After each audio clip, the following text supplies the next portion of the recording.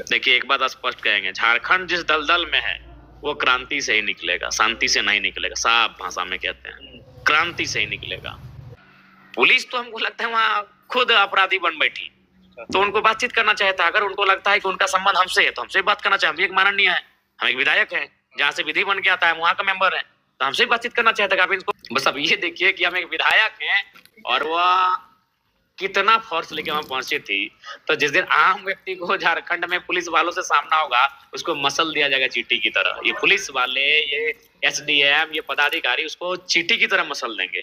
जब एक विधायक सामने खड़ा था और वह पुलिस की फौज लेके गई है, तो आम व्यक्ति के साथ क्या होगा ये सोचना चाहिए। और इतना ही बड़ा है तो आज एशिया का सबसे बड़ा श्रमिक कॉलोनी अगर कोई है तो भोली है। भोली में 100% तो जमीन झारखंडियों की है ही, वो तो बोलिए मत। लेकिन हमको लगता है वहाँ 1% क्वार्टर जो है वहाँ झारखंडी लोग नहीं है ना।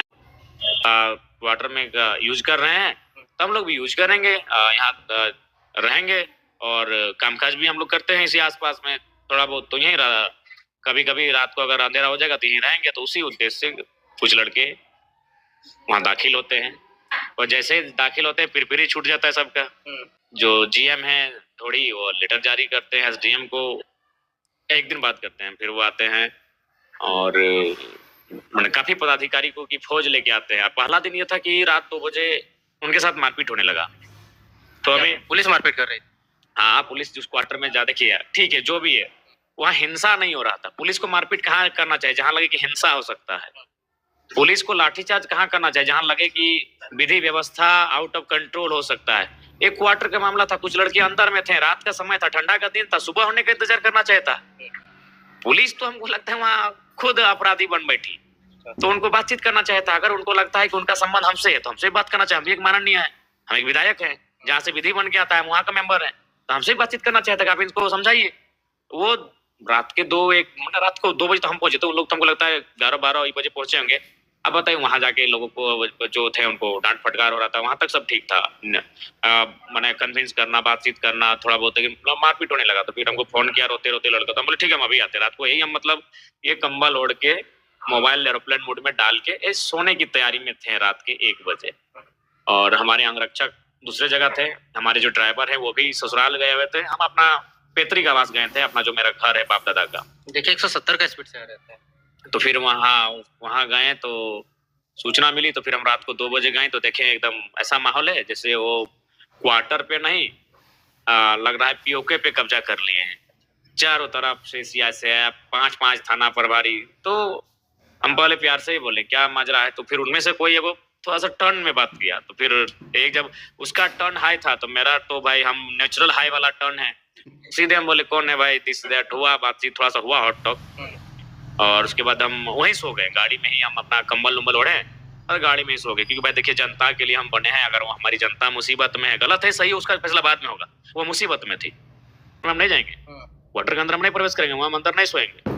क्योंकि हम भाई एक विमाननीय है, हम तभी जाएंगे जब अलॉटमेंट विधिवत रूप से होगा। लेकिन चूंकि आप हमारे समर्थक हैं, गलत है सही उसका फैसला बाद में करेंगे, लेकिन चूंकि हम समर्थक है, मुसीबत में आपको याद किए, तो फिर हम खुले आसमान के नीचे सो गए। फिर अगला दिन मेरा नावाडी गए, नावाडी में कार्यक्रम किए।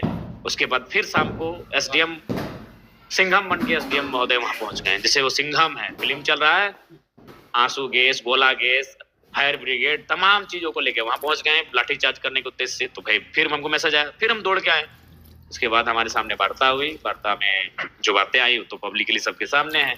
तो ओवरऑल कुल मिलाकर हम किस पार्टी से हैं वो मत अब देखिए कुछ पल के लिए झारखंड के लोगों, बस अब ये देखिए कि हम एक विधायक हैं और वह कितना फोर्स लेके वहां पहुंची थी।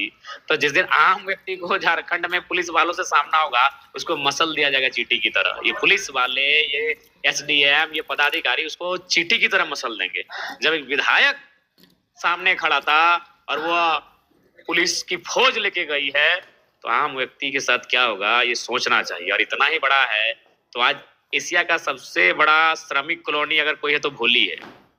भोली में 100% तो जमीन झारखंडियों की है ही, वो तो बोलिए मत। लेकिन हमको लगता है वहाँ 1% क्वार्टर जो है वहाँ झारखंडी लोग नहीं है। 99%, चूंकि हो सके मेरा डेटा गलत हो सकता है, अनुमान हम कह रहे हैं 90 भी हो सकता है वो, 85 भी हो सकता है, यानी मैक्सिमम सिंदरी चले जाइए, हर्ल का जो क्षेत्र है, बीसीसीएल चले जाइए, लेकिन वहां ना कोई पुलिस जाता है, ना कोई एसडीएम जाता है, ना कोई किसी डीसी को ध्यान आता है, ना किसी एसपी को आता है, क्योंकि सबका वहां हालत खराब हो जाता है, क्योंकि वहां गैर झारखंडी लोग रहते हैं। और जहाँ गैर झारखंडी लोग होते हैं, यहाँ इनका बस एक ही चीज जहन में आता है कि उनसे पंगा नहीं ले सकते। जानते हैं झारखंडी भोला भाला है, इन लोगों को पटरू छगरी की तरह मसल देंगे, लाठी सिंघम बन के चला आता है। अभी रुकिए ना, उसी एसडीएम को हम कोयला पकड़ के बुलाएंगे, कितना बड़ा अड़िया बन रहा था ना, बोल रहे थे हमको दिखाइए, दिखाएंगे उसको, उसके बाद देखते हैं कितना जल्दी वो आते हैं। एसडीएम महोदय कितना जल्दी आते हैं, वो हम भी छिट्टे खोपड़ी है। अभी रुकिए, कुछ दिन जाने दीजिए। टोलवा हमरे में पड़ता है, वो जो टोलवा है ना, वो डुमरिया विधायक का एरिया पड़ता है। आइए, अभी थोड़ा सा हम अध्ययन कर रहे हैं, कोलियरी को अध्ययन कर रहे हैं, उसके बाद उनका सिंघम, उनको थोड़ा देखते हैं कि कितना बड़ा सिंघम है, हम भी थोड़ा चेक करेंगे। अरे भाई काहे का डरेंगे, विधायकी तो मामूली चीज है जी, क्या उम्र है हमारा, 29-30 साल उम्र है। हम गर्दन पॉकेट में लेके चलते, हाथ थैली में गर्दनवा लेके चलते हैं। हम तो चाहते हैं कि कोई बड़ा पदाधिकारी, कोई माफिया, कोई मैनेजमेंट हमको मार दे। देखिए, एक बात स्पष्ट कहेंगे, झारखंड जिस दलदल में है वो क्रांति से ही निकलेगा, शांति से नहीं निकलेगा। साफ भाषा में कहते हैं, क्रांति से ही निकलेगा। झारखंड जिस दलदल में है, जिस चपेट में झारखंड है, वो क्रांति से ही निकलेगा। और अगर झारखंड के लोग नहीं समझे आज, तो आप भी, चूंकि अभी 25-30 साल के युवा हैं, हम भी उसी उम्र के हैं। जब हम लोग 45 साल की उम्र में हो जाएंगे, फिर आप मेरा इंटरव्यू लीजिएगा, तब आपको हम बताएंगे कि अभी तो धनबाद, झरिया, बेरमो, बोकारो, रांची,